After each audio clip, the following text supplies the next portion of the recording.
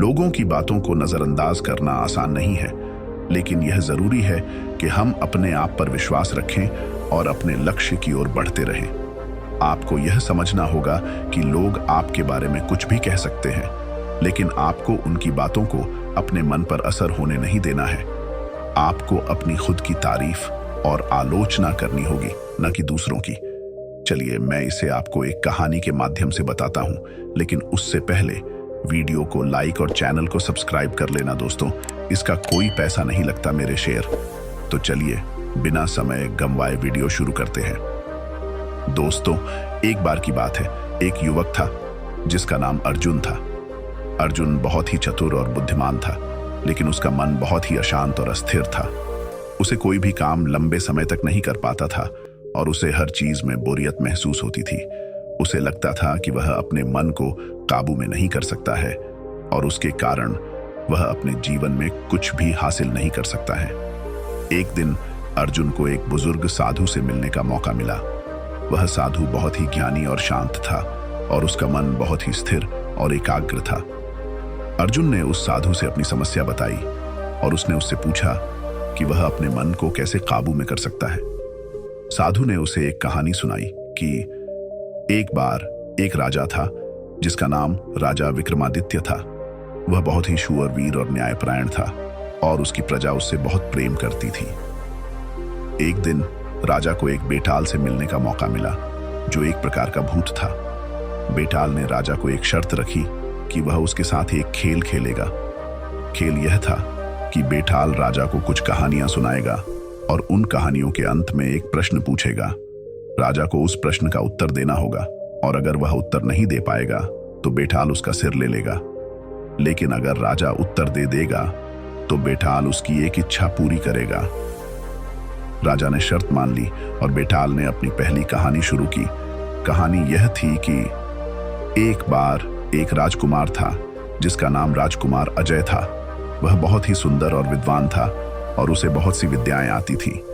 वह अपने पिता के बाद राज्य का उत्तराधिकारी था और उसकी शादी एक राजकुमारी से होने वाली थी जिसका नाम राजकुमारी अनुराधा था।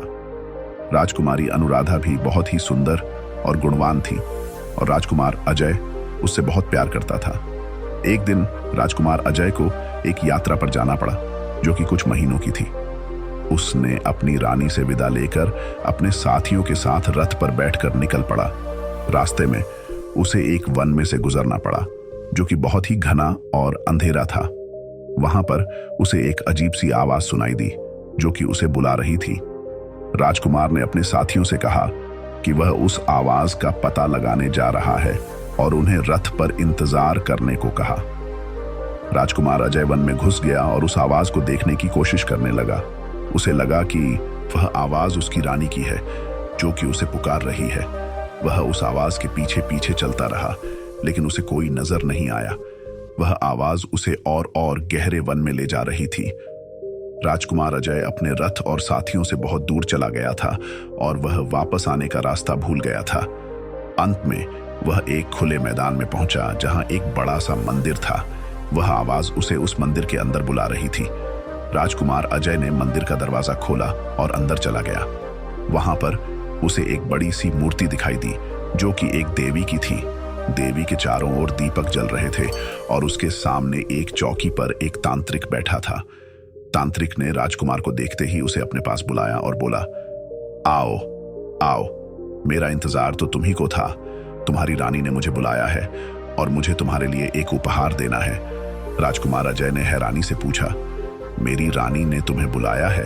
वह कहाँ है और तुम कौन हो और यह कौन सा उपहार है?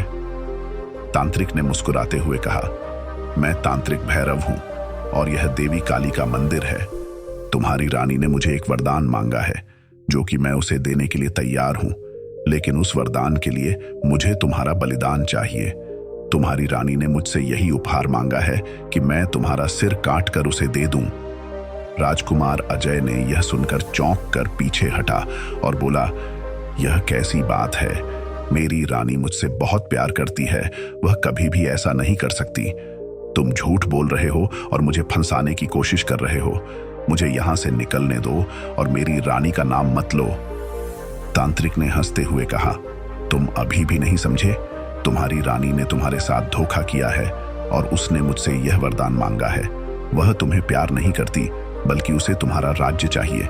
वह तुम्हारे मरने के बाद तुम्हारे भाई से शादी करना चाहती है और उसके साथ मिलकर तुम्हारा राज्य बांटना चाहती है। वही आवाज थी जो तुम्हें यहां ले आई थी और वही आवाज थी जो तुम्हें यहां रोकने की कोशिश कर रही थी। वह आवाज तुम्हारी रानी की नहीं, बल्कि मेरी थी।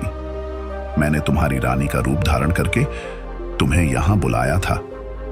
राजकुमार अजय ने यह सुनकर घबरा गया और अंत में राजकुमार अजय को तांत्रिक की बातों का सच पता चलता है।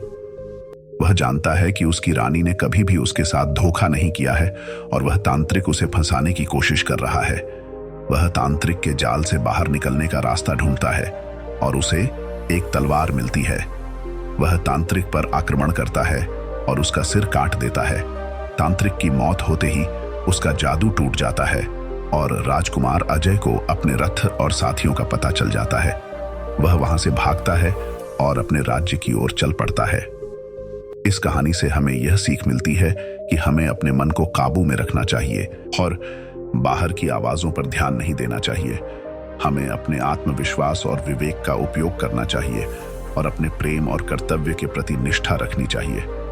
दोस्तों, उम्मीद करता हूं कि आपने मेरे द्वारा बताई इन बातों से जरूर कुछ सीख मिली होगी। इसलिए वीडियो को लाइक और चैनल को सब्सक्राइब करके ही जाना। धन्यवाद।